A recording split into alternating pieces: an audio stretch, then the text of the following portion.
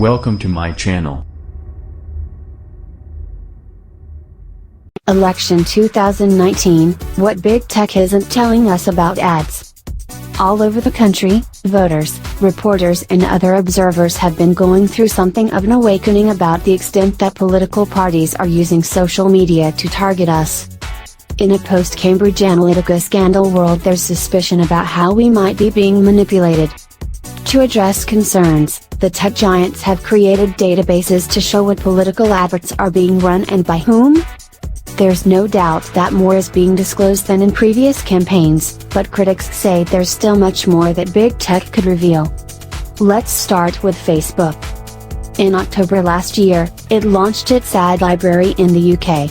Since then, more than 131,400 adverts related to politics, elections, and social issues have been added to the database. That's almost £11 million worth, according to the firm. The library is free to use and easy to navigate. And recently it began including ads run on the firm's photo-centric app, Instagram. You can look up roughly how many times an ad was seen, its approximate cost, the gender and age of those targeted and who made and paid for the advert.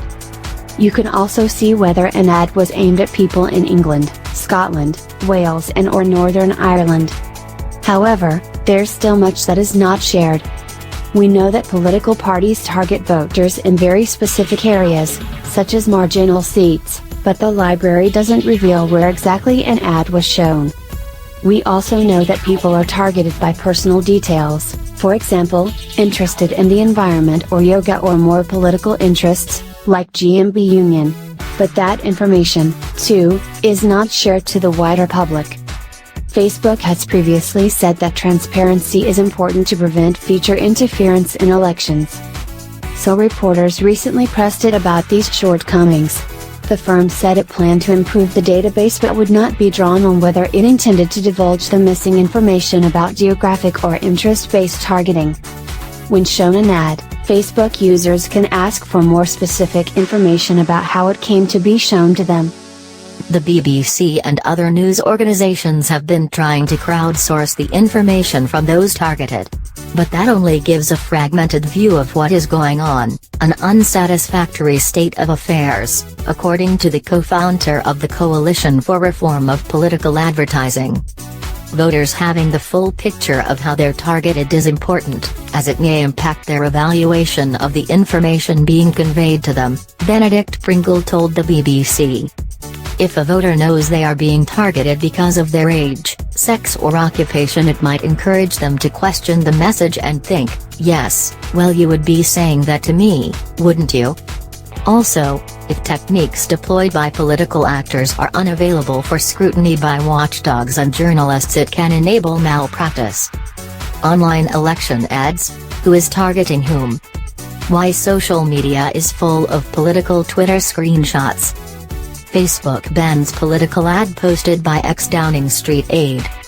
But Facebook claims that it is now more transparent about ads than those behind more traditional outlets, such as billboards, direct mail, leaflets or targeted email campaigns.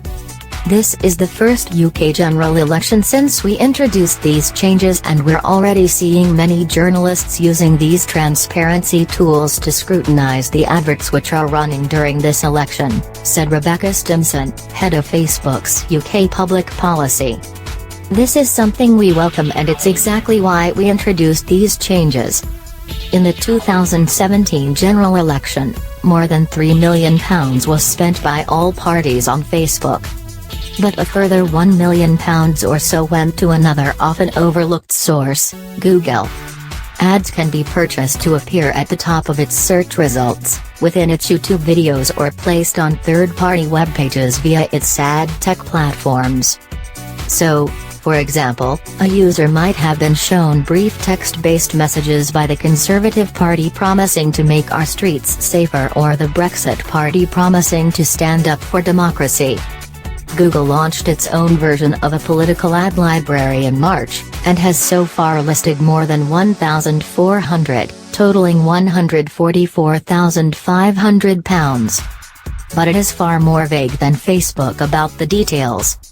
When it lists the amount spent, It does so only in large bands, for example from £500 to £25,000. Likewise, the range for the number of people reported to have seen an ad is very broad, for example, between 10,000 and 100,000. Moreover, the site says the details are updated generally only every week. There is a way to get more information. You can find out how ads are targeted by gender, postcode and age.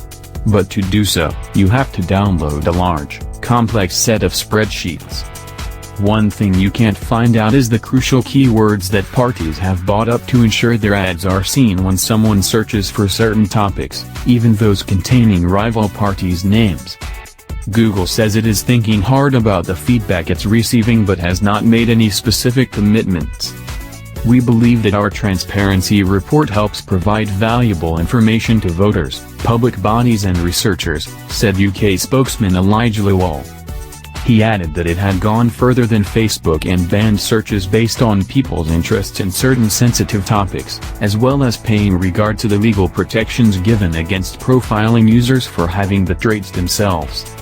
We don't enable advertisers to target ads to citizens based on their inferred political leanings, nor do we allow ads to be personalized to people based on sensitive information, such as their religion, sexual orientation, or membership in a trade union. Snapchat is also running political adverts in this election, and it, too, offers detailed targeting to politicians and parties. The company also has an ad library, albeit only in spreadsheet form. Earlier this month, Twitter announced it would ban outright political advertising from 22 November. It seems already to have had an effect in the UK, as we've not yet seen advertising from any of the main political parties on the platform. It follows LinkedIn, which introduced a ban in June 2018. TikTok announced a similar measure last month. For now, all the commitments are voluntary. But some think that it's time the sector faced official scrutiny. Parliament needs to legislate to appoint or create a political advertising regulator and update laws relating to political advertising, said Mr. Pringle. A political content regulator could then develop a code based on legislation, which would require oversight by Parliament. But that won't happen before this election, and it will be up to the next batch of MPs to decide whether to make it.